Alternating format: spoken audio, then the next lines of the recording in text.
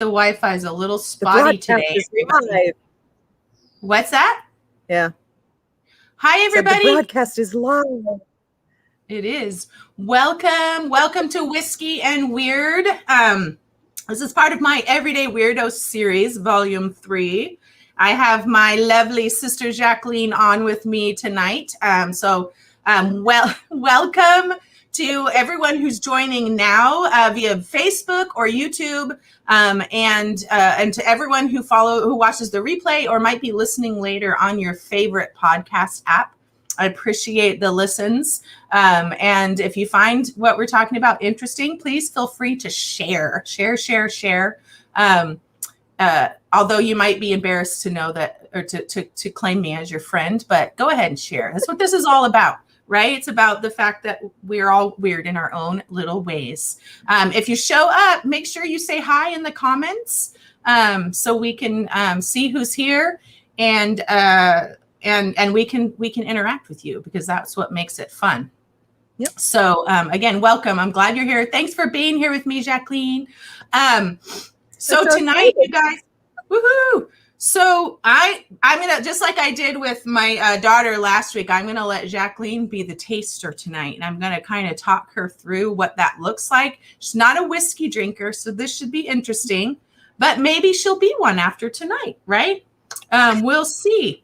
And I am actually drinking the whiskey that my sister sent to me.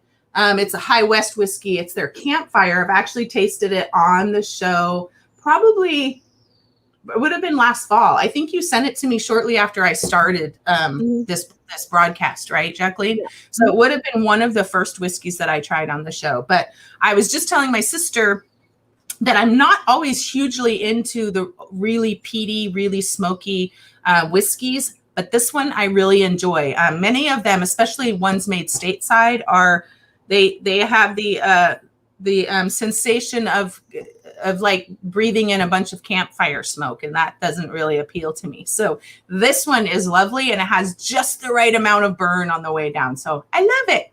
Cool. Thank you, Jacqueline. You're welcome. All right. So let's get started. We always start with the whiskey tasting. I've had a couple beers before this, so let's see how this goes. Jacqueline, can you tell us what you picked up to taste tonight? Lovely evening. So I actually was at Trader Joe's, and I called Lauren because I was like, what should I bring? And there was something, was it Glenlivet? There was Glenlivet, Glenfiddich, and then Glenmorangie. Glenmorangie, yeah. Glenmorangie. And a friend I had lunch with had suggested the Glenmorangie. It was a bit expensive, and I thought, if I don't like whiskey, then I don't know. So I'm looking through, and what I ended up landing on was this Trader Joe's whiskey. So I'm going to try it. Highland single malt Scotch whiskey, 10 years aged, it looks like, right? Isn't that what that means? Yeah. Uh-huh. And my friend did say, she said, you did tell me to try an aged version rather than, a different kind. So this is what I landed on.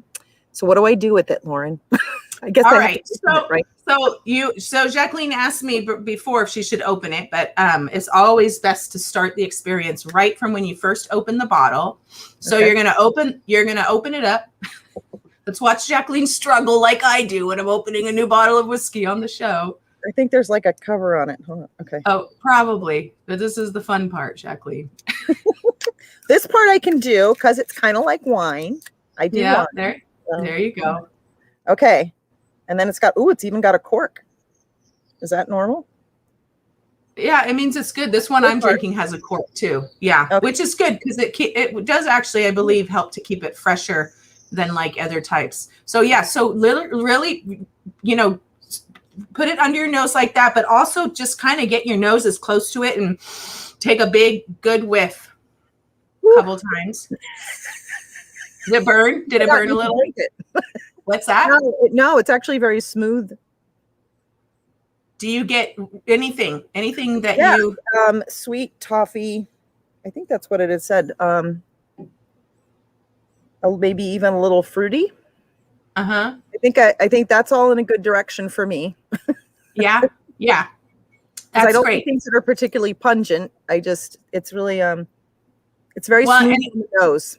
Yeah, and it's a good sign when it doesn't burn when you smell it, right? Okay. So, and that's usually, I find that to be the case with most single malt scotches, especially the aged ones, of course.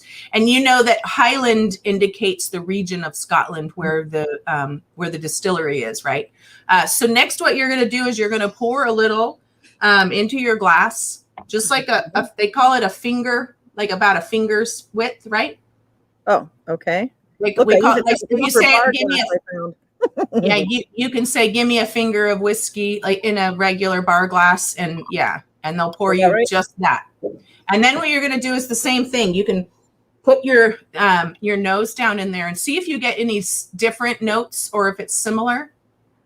Still smooth. It's stronger, obviously. Yeah. And deeper, like the toffee. The toffee is, it's a little less light on the fruity. All right. Okay. And I saw this, there's well, I can't remember his name right now. Going back to what you and I were talking about earlier, which I'll share in a second. I can't remember his name, but there's a really famous whiskey tasting guy I think he's from Scotland, or he might be from England, but I can see him. I can see what he looks like right now, but I can't think of his name. But I was watching some of his things, and he's the one that talked about smelling it through each nostril because the different sides sometimes perceive different hints.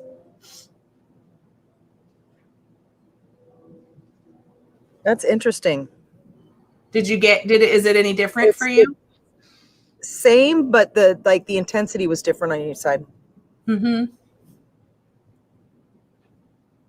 That's kind of how I experience it too. I don't necessarily get different notes, but it's like one side of my sniffer is better than the other or something, right? Okay. Right? Yeah. Yep. Right? I don't know. And I always enjoy the smell part. That's like my favorite. And I can always, whether it's with wine or whiskey, I've mentioned this before, I can usually smell more of the notes than I can actually perceive when I taste it. So then the next thing you're going to do is you're going to take a sip and you're going to kind of hold it in your mouth up against the roof of your mouth for a second. Okay. Just hold it there for a second.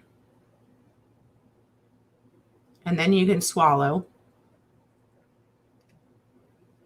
And sometimes I don't get a lot. I don't get a lot of I don't get much from that particular experience. Not yet. I mean, there have been some where I get it. I do get an indicator of the burn right away when I hold it like that on the roof of my mouth. So what did you experience, Jacqueline? Not so heat, but not a burn, like a slow. It was actually that part was kind of nice. The squint was the squint was because it was almost like lemony, like a sour lemon. Oh, really? Yeah, it was like okay, that was interesting. Was it an acidity or was it sour? No, it's just like a little. It was like when you suck on a lemon. Yeah. That was the reaction. That's what it felt like. Like if I were sucking on a lemon, I was like, oh, okay. Oh, that's cool. Well, was it? Huh, that's interesting. I've never had that experience before. It does not taste at all like it smells. Right? No, it doesn't. Well, sometimes it does. You can you usually would get it. Of course, people sometimes perceive it on the front of their palate. I often get it on the back. So as it's going down and then I feel it. Is it viscous? I mean, do you feel like you have residue in your mouth? No, not at all. It did. The heat kind of just kept, after I swallowed it, the heat kept stayed there, but that's all. Just the heat did. It wasn't and like I said, it was like a subtle heat. It wasn't like a burning or anything like that. Yeah. Yeah. But oh, go ahead. Just the whole idea of drinking whiskey, just because I'm on book 6 of Outlander. And that, they make the whiskey and stuff like that. So this was kind of fun. I was like, oh, okay. It is fun, right? That's why I got the Holland. Slanja. Slanja. There we go.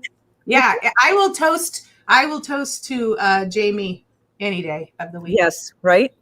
Mm-hmm. Let's. Yeah. I might finish this by the end. I was just going to ask you, are you going to finish it, or is it just going to sit there? You know, I can take a couple sips now and then. It might make me feel good. It'll probably taste better as we go along, right? Well, it will. And here's the thing about whiskey is that you learn to appreciate the experience, right? And it's not it's meant to be sipped like that.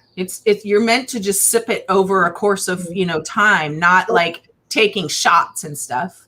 Right. And this is nice enough that this isn't one that I would dummy down with Coke or anything like that. Like it's not, you know what I mean? Yeah. But it's not cheap. Yeah.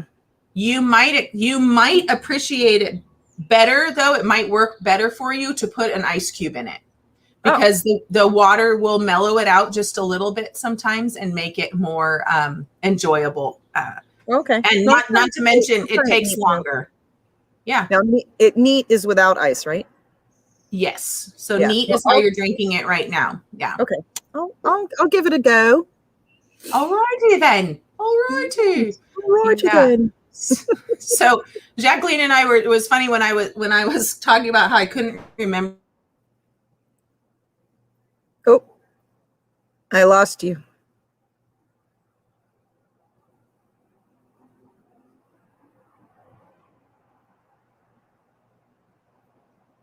And I don't know if it's me or you.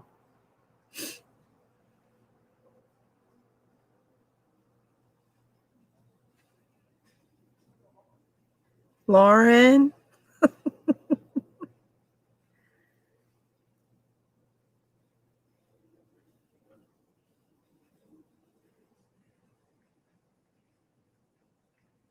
You're frozen. Do you know that? I'm going to text you.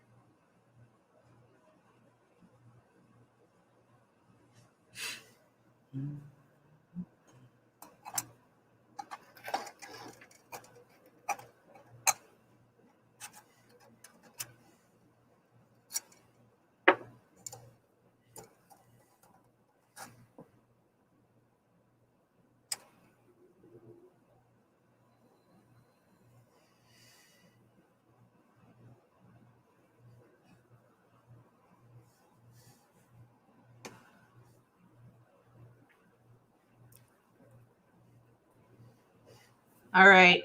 Okay, there you are. Well, you know what the issue is? It's usually no one's home when I'm doing this, and everyone's home, and it means everyone's drawing. Noah's usually pretty good about it, but the more devices that are connected to our Wi-Fi, I've never had this happen before, actually, on my show, but I've never had both of them come home at the start. Now, Noah's usually really good about not getting onto his computer, but he might have forgotten because I forgot to remind him. So hopefully that doesn't happen again. Okay. But yeah. So what I was talking about how it's been having that conversation about forgetting things. So it was kind of funny that I'm trying to remember that guy's name and I couldn't remember it at all. I can see his face, plain as day. Oh, I do all the time. I can see them. They're right here, and I don't remember your name. Yeah, who are you? Or the word that's just right on the tip of your tongue, right? Mm-hmm. So someone chime in and say hi. Let us know what you're drinking tonight. But yeah, let's chat a little bit. So This is for those of you just joining us, this is my sister, Jacqueline. She's my eldest sister. And there is 7 years that separates us. Mm-hmm. And when we were younger, obviously having someone 7 years younger than you is not someone you want to hang out a lot with, right? Because she was like a teenager when I was I was not a teenager. Self-absorbed. So yeah, I would say that. but as adults, we've become really, really close. Dana, my friend Dana says the family resemblance, though. There's no denying. I can't, but remember when Sue, when we were doing that personal growth thing together, and Sue was like, oh my God. She's like, you look exactly the same. Yeah. Well, and we act the same too, like with our mannerisms. That's the funniest part. Yeah. So hi, Dana. I'm so glad you're here. But we have over the years, as adults become really close, and I love that. And I appreciate Jacqueline because we both have our own levels of weird. But this thing that happens with us is that we can have these discussions, and like we used to argue more, wouldn't you say, Jacqueline, until we figured out that we were always coming to the same center point, just from different sides of it. So different sides of it. Yeah. Yeah, but we're like, wait, I think we agree. we just get there in a different way, right? Yeah. Right. That happens all the time. But I think, it's now we get it. So we learn. And what I love about we like in our younger sister, we talk a lot, and it's fun because we get each other. We're really similar in how we process things. And so it's like any given day of the week, one of us is going to be having a hard day, right? The other two swoop in and be the support. And then the next day, it's my turn. I'm going to be the one who's losing my shit. And then, you know what I mean? Like, it's just, we just kind of have this great cycle. It is a cycle, but we get it. And we found ways to really support each other in that. And I love that. It's super cool. But that you're talking about a hard day. That reminds me of a t-shirt I had when I was in elementary school. It would, remember the character Ziggy? There was this character Ziggy, and I had this, one of my favorite t-shirts was, be nice to me, I had a hard day. Yeah. Right? For sure. I used to wear it all the time. Dana says, is Thomas in that psycho rotation? No. No, he's not. But that's, he's in his own rotation, and sometimes sometimes we get cycled in. And Karen too. Sometimes she's in the rotation, but not all the time. And that's okay, right? So, but Jacqueline, so this is funny. The coffee mug thing made me laugh. So Jacqueline has tea. I should say a tea mug, not a coffee mug. Although it's really large, our brother-in-law Pete would say for sure that is not a tea mug, because Americans drink out of really large cups. Every time he comes to my house, he's like, give me your smallest mug. I'm like, okay. But Jacqueline, tell us a little bit about how you choose your tea mug every day, because it's kind of funny, actually. So I've gotten into the big mug thing, and I put these on so I had one that's a military brat. It says military brat on it. It's 2 cups. And then this one is I'll share it. And this is 2.5 cups. Dumb fuckery to a minimum.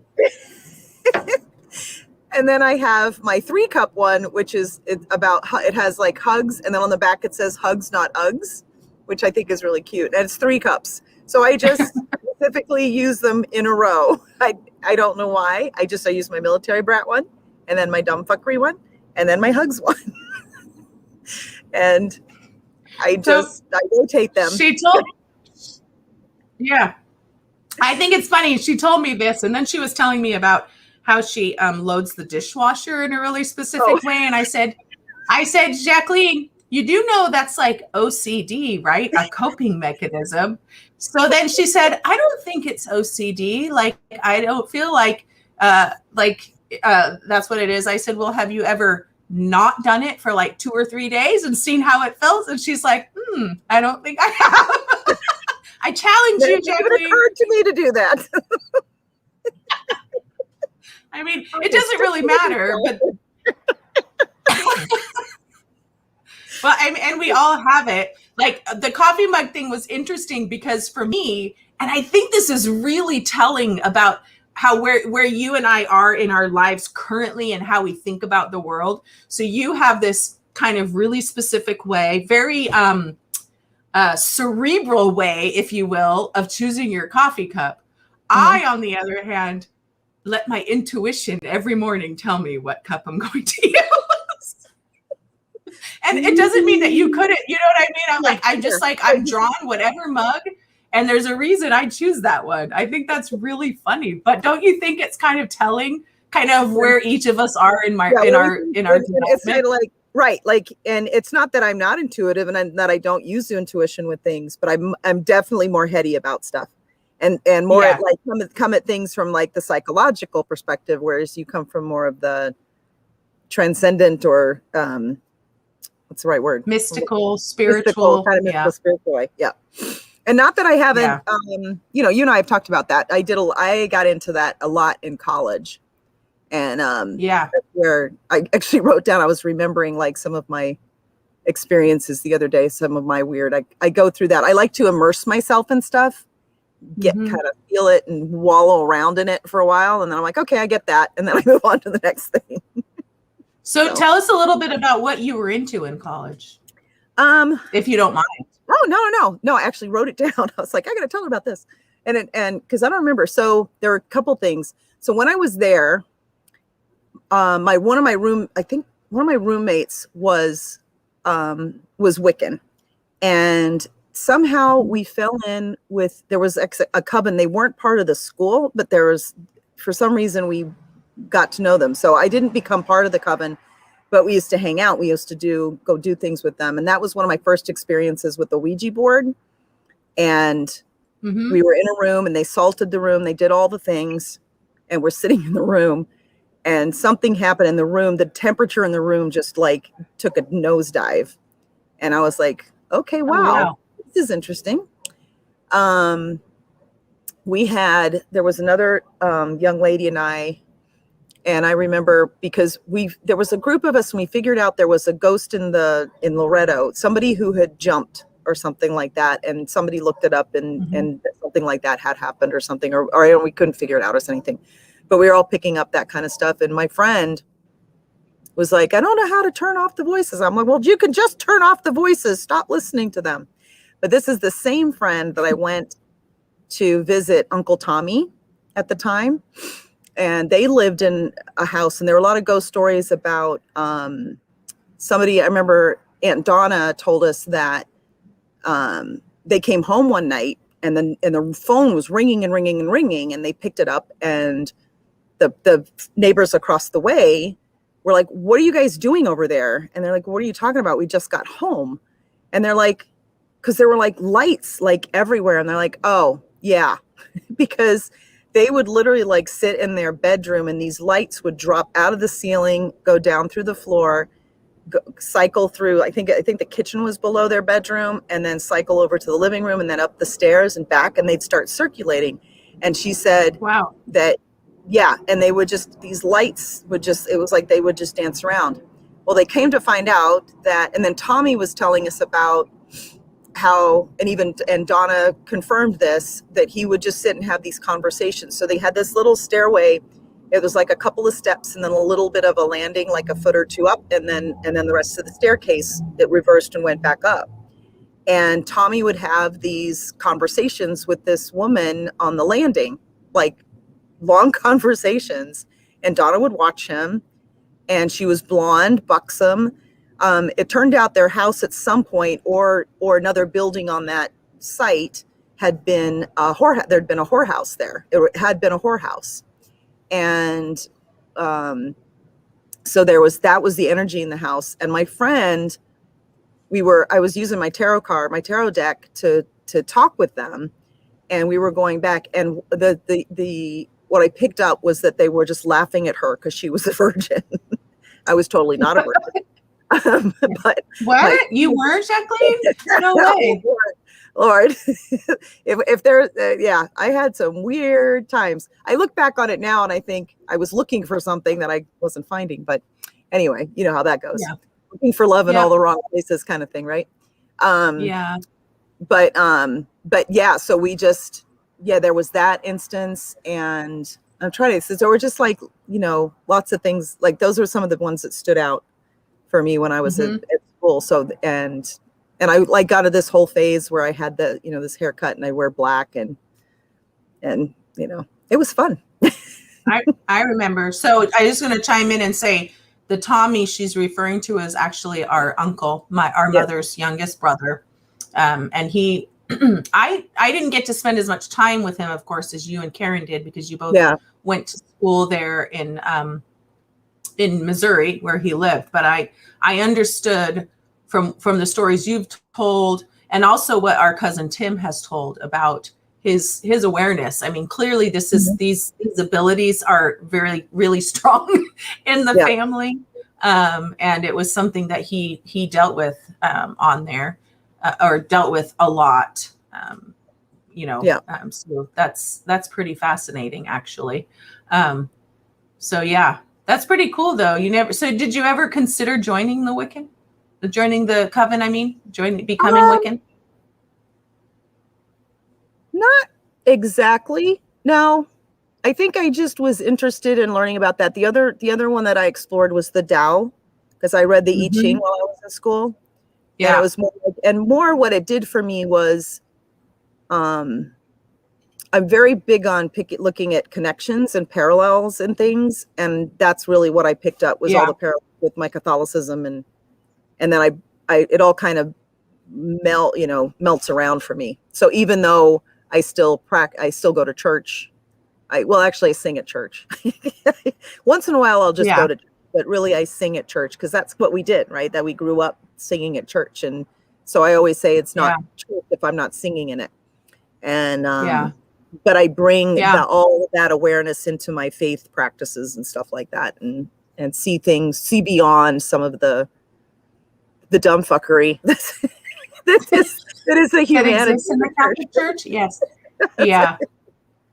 Yeah. So. No, I get that. And I can do that and will do that when I sing, because for me, singing, I know this is the same thing you're referring to. That's the connection to the divine, right? That is so much about what we're doing. And it is very peaceful. It's like a respite. What's that? That whole praying thrice, singing is praying thrice thing that we grew up with.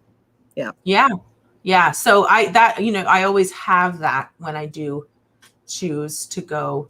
It's really interesting. I mean, for me, walking away, it's like realizing that there were certain ways that I showed up in that community that just weren't me. And it's almost like I had to, not me in a bad way, like inauthentic, but a version of me that was created rather than for that environment. Yeah. Yeah. Right. And so for me, it's been really important to kind of sever that.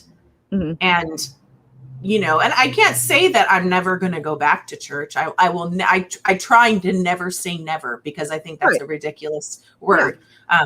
But for me right now, I needed to kind of reestablish something there. Have you ever, because you went to Catholic school, Catholic university. So when I went to Webster, once I was out of the house, I didn't go to church for years. Once I was out of the house, and then I went back because this is why I went back. Danielle, we'd gone to a couple of first communions, and they always had parties and stuff. And Danielle said to me when she was 5 or 6, she said, "Mommy, can I get my first communion?" And I went, "Sure." Okay. So I called around. We moved finally to where we are. And I called around town to see who had a choir, and St. Joe's had a choir. So I joined up, and then we got her first communion. And then we've been going to that church ever since. But I'm the one that mostly is most connected to it. The girls didn't, we got them all the way through confirmation, and they were like, okay, we're done. So I'm like, all right. Yeah. Yeah. But I try to say that at least I've given them some foundation of spiritual practice, Yeah, I think that's what it was for me. Of course, I mean, I stopped going to church a lot in high school. I can remember Thomas and I, or even when my friend Lisa was over, and mom and dad stopped making us go to church with them all the time. And we'd tell them we were going to church, and then we'd go spend an hour at Tower Records and then come back home. That's so you. I know, and they never asked us like, what was the gospel? What did Father talk about? So I don't know. But then when I got to Seattle U, of course, they were Jesuits. So the first year or so I didn't really go, but I was clearly seeking something, right? That always trying. And the Jesuits, if it weren't for the Jesuits, I probably would have walked away from the church a lot earlier. But I felt like they gave me permission to question things, because they do as well. They're my favorite. Yeah. So I was kind of involved, especially the last couple of years of college, in campus ministry, and I sang and I read and did that kind of thing.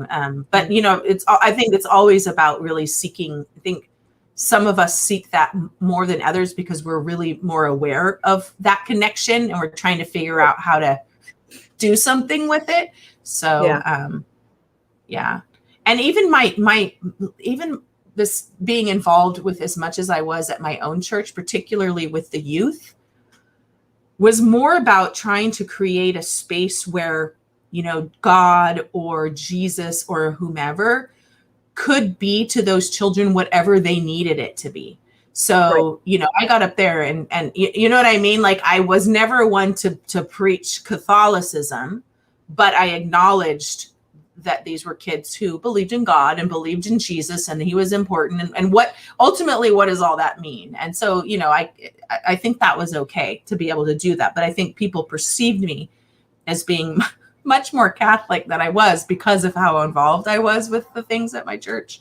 But yeah, but it's all good. And I do miss singing. Like you sing at church, and so you're very that involved. It's funny because I'll be out, around town and stuff, and I started to the point. I mean, I've been around enough that I can at least recognize somebody that I know them probably from church, but they always know my name and I never know their name, and they're like, right, yeah. That funny. Happens to me a lot too. People will say, "Oh, hi, Lauren," and I'm like, and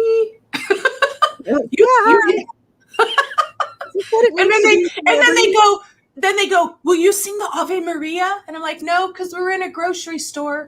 So exactly. Right. Yeah. No, thanks. I bet you get that too. I bet there's certain things that you sing at church that people are like, when are you going to sing that again? I'm like, never. I don't know that anyone's asked me for something specific. We have it's really nice. We have a really good music program. We have an amazing music director. Bob is just, he's also a spiritual mentor for me. He's just amazing.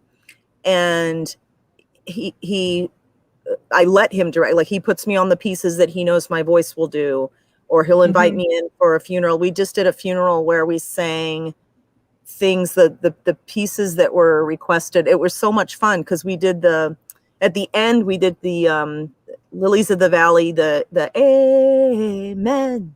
Oh yeah. We did that. And I was like, as soon as he told me it was the Amen from Lilies of the Valley, I didn't even know that. I went and looked it up later. But I knew just when he said amen, I went, oh, that's so cool. And I did How Great Thou Art and Amazing Grace. And I'm trying to think of the what was for communion? I think Amazing Grace is what I did for communion. But just like the choices of songs, I thought, oh my gosh, I know it's supposed to be a funeral, but what a great celebration. Of course. And as it should be. Yeah. Well, we don't have a great music program at our church. You were the music program. It's pretty ridiculous. And so I think like on the rare occasion that I sang something that was bigger than, what they were used to, people were just like, oh, you can do that, like, Whoa. and so, right. Yeah. Well, Bob had me because we do a Tizay, well, outside before COVID hit, Tizay, and that's one of my favorites. I'll just go to that sometimes, even if, because it's just an amazing experience. And, but there was a piece that he had me do. I want to say, I don't know if it was Mozart, but it's a very classical, heavy, like strong voice kind of piece. And he finally, one time, it was appropriate to do that in church. And that was the first time people heard me in full voice. And it was just it's so funny to be up there and watch the reactions of people. And they're like, yeah. It's like, yeah. And even some of my choir members were like, wow, Jacqueline, I didn't know. It was so that was like, I didn't know you could do that. Yeah. Yeah. Well, it's funny too when people are like, I can't believe you stand up there and sing all by yourself. And I'm like, people do that. I know. People do that on big stages, and I'm like, it's really okay. I mean, yeah, I get a little bit nervous, but I've been doing it since I was like 6 years old. So yeah. No, it's funny. I think the only I don't feel so self-conscious anymore because, our parents come to church. So mom and dad are often at church if I'm singing. But I think the most self-conscious I've ever felt is when I was young and had to sing, like when we used to sing, as the Von Bonnens at church for Christmas or whatever. Oh my gosh. Yeah. The Von Bonnens. Yes, we did that. We were the choir. We were a full-on choir. Yeah. Under the direction of our mother. That's Woo-hoo. Right. Yippee. Yeah. Fascinating experiences. Yeah, we could probably have a whole issue about those things or a whole segment. Just get all of us kids on here. I think I was okay with it, actually. Well, no, I don't mean that specifically. Oh, okay. But I mean just mom issues. My friend Dana, she was my college roommate.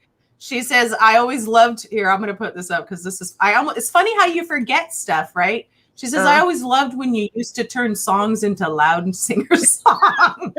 I forgot that I did that. Like turn it all into.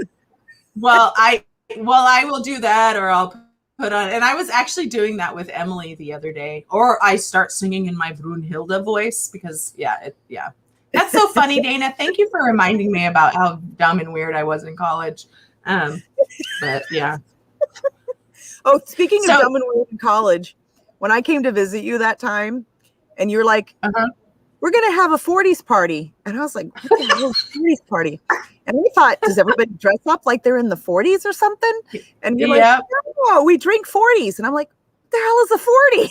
I had no idea till we got to the party, and it was the 40-ounce beers.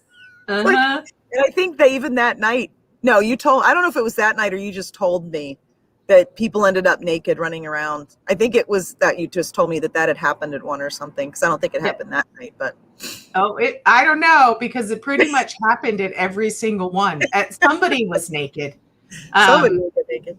Yeah, so I should share. So these 40s parties we had in college with this group of good friends. I mean, we're all people, you get to a point where the people you can trust to get really drunk around, right? And so we would play strip poker with. Oh, yes. And see, we often did play that when we were drinking 40s also. So, I think those people saw me naked more than once, actually. Good for you. I know, right? But I had to have been drunk because there's no way in hell I would do that sober. On one occasion I did. But anyway, these 40s parties, for people listening in, we would all chip in $3 because back then that's all it cost for a 40-ounce beer was we'd chip in our $3, and someone would go down to the CNC market, like the nasty corner market, and buy all these different kinds of 40-ounce beers. And so you might get good beer. You might get like an MGD Light or a Coors or a Budweiser, or you might get stuck with the Mickeys or the Old English. And the whole goal was just to finish your 40. And then the funny thing was that whoever finished first got to drink the 64 ounce of Mickey's because that was the reward, to drink more of that shit. That's right. And so, yeah, everybody, I mean, that's a lot of beer. And you would, back then you drink fast. So everyone was just equally hammered. And that's why the parties were so much fun. And someone was always naked all the time. There was someone naked. So, yeah, but that's funny. I remember you came to one of those and Lamise came once and we had a 40s party. Yeah. Yeah. But it's pretty fun, right? Yeah, I'm like, I think totally fun. I think it would kill me if I did that today. I'll stick Maybe go get like a quarter of the way, halfway. Well, no, I might be able to down the 40, but oh my God, I'd be toast way earlier. You know what we'd be? Bloated. That's what we would be. And gassy. It would feel really bad, actually. That's so funny. I actually did, speaking of so I hadn't gotten drunk in a really long time. And a number of years ago, a colleague of mine, she was over from Belgium, and they'd put her up at the school. She was a family friend, so they looked after her, and she's came and did basically a year-long internship with us. And we got to know each other really well. She's getting married in October, and I'm trying to decide whether I'm going to go or not. Fun. Yeah. So anyway, she had a party that night, and going away party. And we got done with the apartment party, and then they're right off the school. There's like it's almost like a Bourbon Street. It's like a street of bars and stuff like that all the kids go to, right? Mm-hmm. And the girls were over at a sleepover, so we didn't have a babysitter we had to relieve. We didn't need to be home for the girls. And John and I are like, yeah, we're gonna go. So we went, and we were at this dance club, and I was sipping on a Cosmo. Great, it was fine. I knew, at my age, I knew how to, kind of keep up and keep level set. Anyway, so John had just bought me another one, and Renska got a text from one of the people in the group that he couldn't. He went out to get some air, and they wouldn't let him back in because he was too drunk. So she said, well, go find another place to go, and we'll meet you there. So we hung out for a little bit, and I'm sipping on my new Cosmo. And she gets the text, and she's like, he's over at the American bar. And we're like, okay, so we're going. And I'm like, was going to leave my drink. And this guy, David, who I'd been talking to all night, one of her friends, he's like, you're not going to just leave that there, are you? And I'm like, well, yeah, because you don't slam a Cosmo. And he goes, yeah, you can. And I was just far enough gone that I was like, okay, fine. Is that a challenge? Yeah, you're challenging me. That's so funny. I slammed it, and oh my God, I was so drunk. And the next day was our first day back at choir, and I was afraid that I was like I didn't drink anything else that night because I went off the deep end. And I'm like walking along the street, and John was laughing at me because I'm walking down the street, like, oh my God, I haven't been this drunk in so long. I'm like walking back and forth. And then, so I was telling this. So the next morning we had our 11 o'clock choir, and then I cantered the 12:15. And I prayed through the whole thing. I was like, please just let me get through this. And I did. And I was praying through the whole thing because I don't really wake up with a hangover. I'm still drunk the next day. And I thought, I must stink to high heaven. And then we had a choir party later, and there's this one lady, Pat, who's a teacher, and she sits behind me in choir. And I was telling her this story. She thought it was hysterical. And I said, could you smell the liquor on me? She goes, heavens no. She said, that's a great story. Oh my God. That was so funny. That's the last time I got drunk. Yeah, I was laughing when you said, "Oh, I haven't been this drunk in a long time." Like, how many of us have said that before? Oh my God, it's been so long since I've been. But it's kind of funny, Jacqueline, the synchronicity of you bringing up this story, because just the other night, I was telling Mom and Dad a story, and Dana, if you're still listening, you will remember this because it was our freshman year. And Dana, by the way, says Old English with a straw. That's the way to go. You had a better buzz with a straw. Right. But so it was our freshman year. And I don't know why I was telling mom and dad the story the other night, but Dana and we had finals. It was finals week. And we actually had been studying, and one of the rooms on the freshman boys floor was having a party, and they came up to get us, and they're like, come down. And I can remember being like, no, I have finals in the morning, whatever. But we ended up going down there, and they play this game, like where they, you might have heard it before, and Dana chime in, it's like, Lauren, won't you drink for me, drink for me, drink for me. Lauren, won't you drink for me now? And then they chant, drink, motherfucker. And while they're saying that, you have to keep drinking. Well, they had given me this shitty, like, homeless person alcohol, like Wild Irish Rose, it was called. Okay. Oh my God. I drank the whole bottle. Now, mind you, it wasn't like a fifth or whatever. It was smaller. But the next morning, Dana and some of my guy friends, who then, of course, felt horribly, had to wake me up. And they woke me up. And the first thing I did when I woke up was just start laughing. And they were like, oh, shit. And they're like trying to give me coffee. And I had to go to an English final with a Jesuit priest. My God. So I go, Jacqueline, this is funny. I go to the class. I'm still totally drunk from the night before, because I probably drank that at like 1 a.m. and here it is only 8, right? I'm in the back of the room.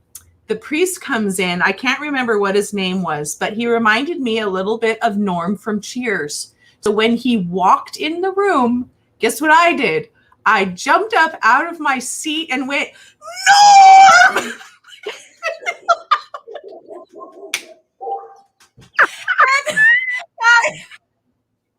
And the whole class turned around, like laughed. Most of the class laughed, but there's this one guy, his name was Jim.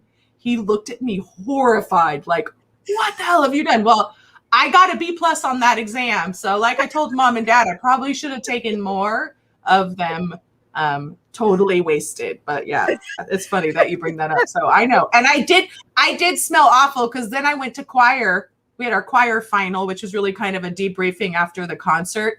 And I remember walking up to Dr. Joyce Sherman and her looking at me like really strangely. And I came back and my friend Brian's like, you smell like a distillery, right? Shit. Like a homeless person. Yeah, totally. Yeah, it was awful. It was so awful. And then later in the day, I had the worst hangover, like at 4 from the night before. But oh my gosh.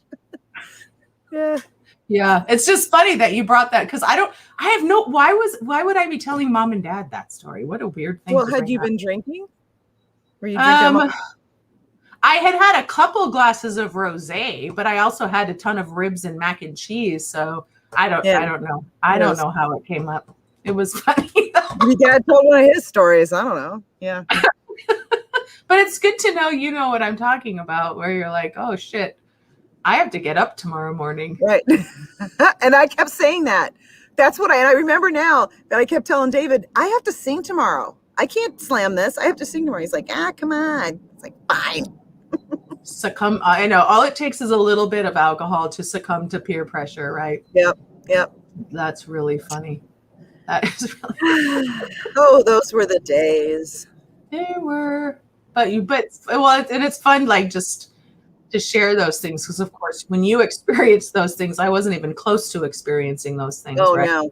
And then the first time that I got so drunk, I got sick drunk, because my friend Scott was like, we was on peppermint schnapps, and I couldn't take wine at mass for like months, and it's just the smell of it. I was like, oh God. But I was like, and to this day, and we're still in touch, and I'm like, I still don't know why people do that. He used to do that every weekend. He would get sick drunk, like people in school. And I was like, I don't get that at all. Why you would do that? Because I've only done that by accident, like not on purpose. Yeah. I didn't do that either. So that one time, and then one other night, Dana and I were having boy issues, and we decided to drink, I think it was rum. Was it rum or vodka, Dana, if you're still here? And we literally together drank a fifth within like a half an hour. And that's the one night in my life that I don't remember anything from like half an hour after that until the next morning at 4 a.m. Oh my gosh. And apparently I was proposing to people on the international floor and things like that. But I don't think I've ever blacked out. I've passed out, but I haven't blacked out. Yeah. Oh, wow. That's the only time. Yeah, and that wasn't fun. I would never choose that. I mean, we were just stupid, naive, young drinkers, right? We didn't think about it. And the sucky thing is I don't vomit. So that's, I'm like, okay, I'm going to end up with alcohol poison because my body doesn't naturally get rid of it. Oh. So. Oh, wow. No, I know. Yeah. I remember in grad school, I got home from somewhere. Oh, what did I have? Oh, we went out because there was a band playing that some of the members were where I worked with. So we went and saw them play. And I had 3 Coronas and 2 shots of tequila in like an hour and a half or something. And on the way back, I probably would have been fine. But on the way back, we passed a Krispy Kreme. And we had to get done. We're like, we got donut holes. So we got donut holes and we were sitting talking in the car. And I'm like, I'm going to go upstairs. And I got upstairs and I went to lay down and I had the bed spins. I was like, God, dang it. So I just went to our common bathroom and sat in the stall and waited because I knew what was coming. and then I felt better and I could go back to sleep. So that was fine. That's really funny. I was just telling Mom and Dad this the other day too. We were talking about that and I'm like, when you get the spins, I'm like, I actually like that part. And Mom's like, oh, it's like, I lay there and Dana might remember this too. I'd be like, oh, I'm spinning. This is so fun. It's like the teacups at Disneyland. And Dana would be. Yeah, I don't like the teacups at Disneyland. Yeah. I don't like the spinny rides.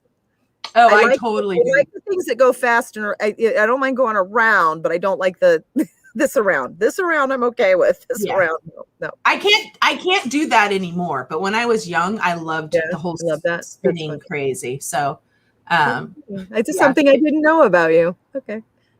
I know, and so I don't. It's weird. And why the hell I was telling Mom and Dad all this shit the other night, I don't know. And my kid was there with me too, so he was hearing all my stories. I had those conversations with Mom and Dad. It's not hard to have those conversations with them. It's not. No, and they're pretty open. But it's just like, how did we even go there? Like, why was I? And Mom was telling some of her classic stories.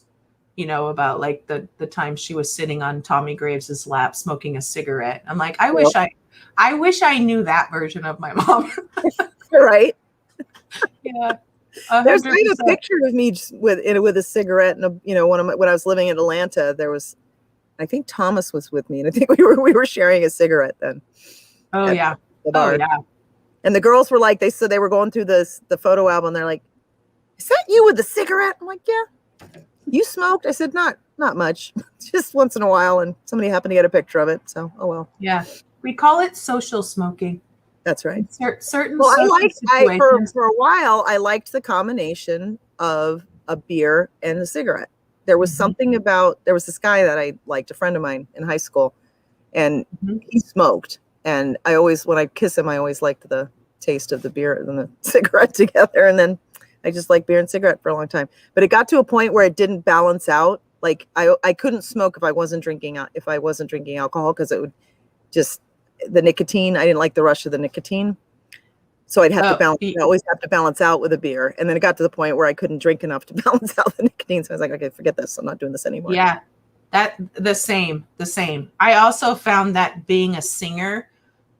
Like any time that I've tried it, like since then, I have to be really careful about how I inhale because I'm like, oh God, because we inhale more deeply. I'm like, oh, this is not how I remember smoking a cigarette. And it's probably the couple times that I smoked pot. Probably now that you say it, and I'm just thinking this now is why it would just knock me out. I gave up on pot, smoking pot because I would just fall asleep. And I was like, well, this is no fun. Yeah. That's why there's edibles now, Jacqueline. That's right. And we can get them really easily here. Wink, okay. wink. I'll bring some with me. Wink, wink. Next time. Or maybe. Oh yeah, that's funny. Hi, Katie Cat. Kate's here. My friend Kate. Or she was. She chimed in. It's hard to say. But no, that's funny. It's always fun talking with you, Jacqueline. You know what? You're gonna have to come on and chat with Kelly and I on our little. I look forward to that. That'll be really cool. Yeah. That'll be way cool. Because but it's weird. And you know, it's funny. Weird things I wrote down to talk about. We covered a couple. Yeah. Well, we have more time. Share some more weird. But you know, it's funny because I think the nature of our relationship is weird to a lot of people. Like, you know, like it's amazing to me how many people don't have really dynamic, close connections with their siblings and stuff. Uh-huh.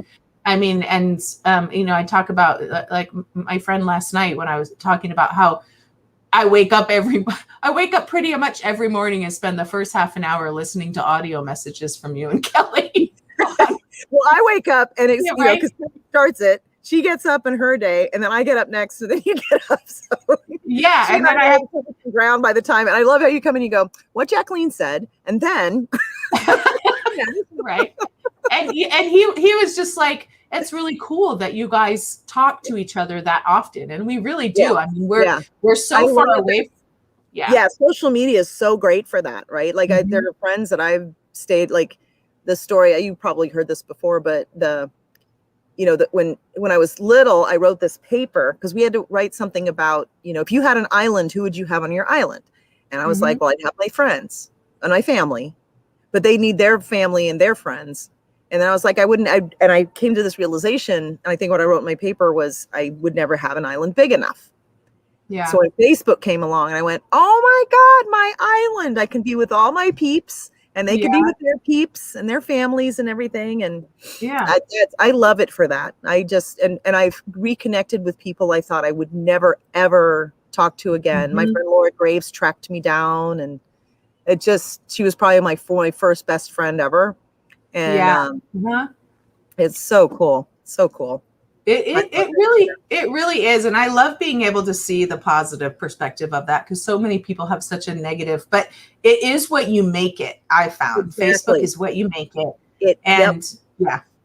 That's the thing. It's a tool. It's not doing algorithms aside, because I think they don't help. I think they promote bad behavior.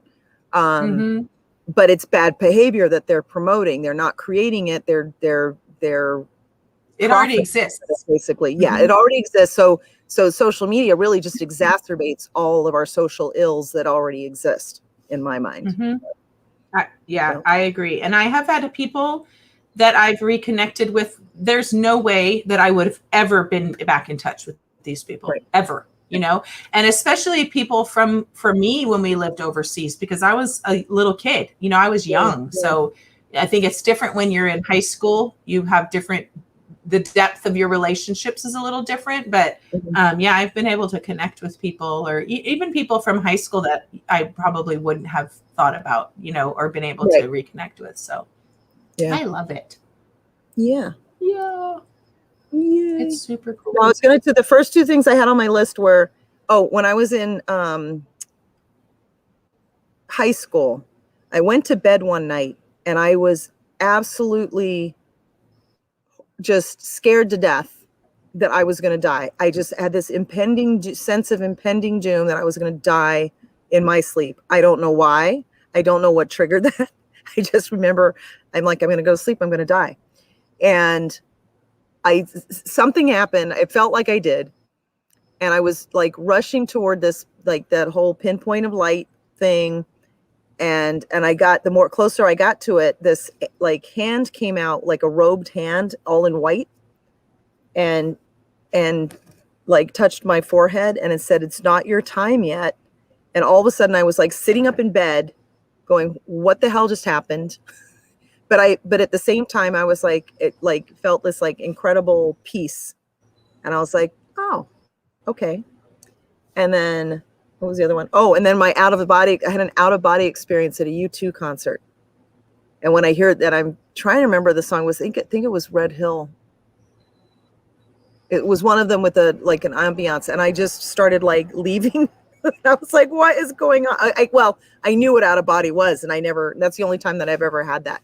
And I just went up out of this concert. It like the stage was already small, but because we were up in the rafters, and my friend was there, and I like left the stadium, and then I got left Earth, and I could see Earth.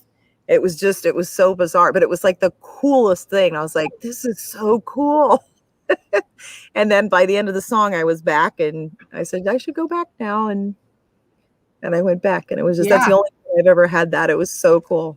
It was so cool. Well, it sounds to me like you probably had an experience with astral projection, but you didn't realize exactly what that was. Hence the fear of, wait, why am I not in my body? And someone had to tell you, well, you're not dying yet. You're just experiencing something that you probably do more often than you realize, right? Right. Like, I would guess that you probably do it. Hi, is that Sam? There's my beautiful niece, yes. Samantha. Oh, you're recording? I'm so sorry. It's okay. It's okay. She's like, oh, good morning. I love that. I love you, Samantha. That's great. No need to apologize, Boo. You do not need to apologize. Yeah, that's a cool story, Jacqueline. I might have you. Well, because my recording thing only goes for an hour on my audio, it cut off right as you were starting that, and I'm trying to like restart it again. So I'll have to look back and see. Because the audio thing only records for 60 minutes at a time. So, but I love the idea of out of body. Kelly and I were just having a conversation about that the other day. She's like, I feel like we see each other a lot in that plane. I'm like, yeah, we do, but we haven't quite figured out how to recall it or use it to our advantage yet. Right. or to be lucid about it. You know what I mean? But yeah. Anyway, it's awesome. Do you have any? Oh yeah. Do you have any other weird you want to share really quickly? It's time. So see, we're past the 8. Noah just walked in. He's like, "Are you done?" It's okay, Noah. Samantha just came in too, so we were all good. One of the things was that when I don't know if you were part of this, we were at Nana's, and I think it was for her funeral, maybe. And but we were down in the basement, and I don't remember. Oh, I think we were singing "Ayúdalos to Plelele," my ballad. What is it? Oh, we should sing that for everyone, Jacqueline. Oh, let's. Okay. Yeah. You want to do the harmony? You want me to do the harmony? You do the harmony. Okay. Well, I'll sing. I'll start with the first part. Yeah. Ready? Okay. I used to plelele on Malalai Banjololo, but Malalai Banjololo. I look to the melody shalalap, and the melody shalalap was shalalala. I used to play on Malalai Banjololo, but Malalai Banjololo. I to look it to the melody shalala. This is why they have those special apps for singing together. I wait for you, and you'd wait for me, and then I know that was really funny. I think people get it. It was all of us, and we were having such a great time, and we started dancing where we started like bobbing up and down. I do remember that. You're like, what up and down? And we were singing through all the songs, all of our Bonin songs. Yeah, because we're weird that way. Yeah. That was some great weird. I loved that weird. No, absolutely. It was so much fun, and just being able, and how many times did we sing that song? Like that was our traveling song. I'm sure that Dad and Mom were tired of it after a while, but hours in the car of singing the banjo song. Yep. That's pretty funny. That was so funny. It's really funny that we tried to sing that on here too. Priceless. Yeah. useless. It's the whiskey. That's It's the right. whiskey. It's the whiskey. All right. I did not Well, finish it about halfway through. Well, I thank you for trying some. You'll have to let me know if you make it through. I would say go if you want to finish it, go add an ice cube to it. It'll probably make it easier for you. I'm going to bed. It's 10 o'clock for me, and I have to get up at 5 for work because I have to go into the office tomorrow. I'm sorry. In the office. Yeah, no, I'm sorry too. Well, thank you. Right. Thank you for joining me. That was fun. This was awesome. It was Love really to do fun. it again. I'm glad you were on. You have me. I'll come on. And I look forward to a good chat with you and Kelly on the podcast. That'll be awesome. Oh yeah, that's really fun because it's just it's just conversation, right? And our conversations go in 1,000 different directions. Yeah. So, it's called tangential thinking, and it's a thing. Some people can track, some people cannot. Yeah, we can. It makes perfect sense to us. So that's right. And I love when I find my friend today that I was with at lunch today. She says, that must be something way we connect. She said, so I'm not weird. I'm like, no, it's a thing. Yeah. And maybe it is weird, but it's the kind of weird we celebrate here at Whiskey and Weird. We celebrate. Right? Yeah, that's right. We celebrate all the weird. It is. And anything that's different than the general population can be considered weird. And we all have our own weird. We slunge the weird. Yeah, slunge it to the weird. Plunge it to the weird. Woo! All right, Jacqueline. I love you, sister. Right. Thanks for coming on. Yep. Give your family hugs and kisses from me. Okay. I will. All right. Love you so much. Mwah. I'll talk to you soon. Bye. Thanks, everybody, for listening. And I'll see you next week with my friend Lisa Heineman. She's coming on. So that should be pretty fun. She's my Twilight bestie. Let's just call her that. So we'll have a lot of fun talking about our Twilight days and our paranormal stuff. She and I got interested in a lot of this together. So I'm really looking forward to that next week with my friend Lisa Heineman. And thank you, Jacqueline. I love you. And I love all my weirdos out there. Thanks for watching. Have a great night, everybody.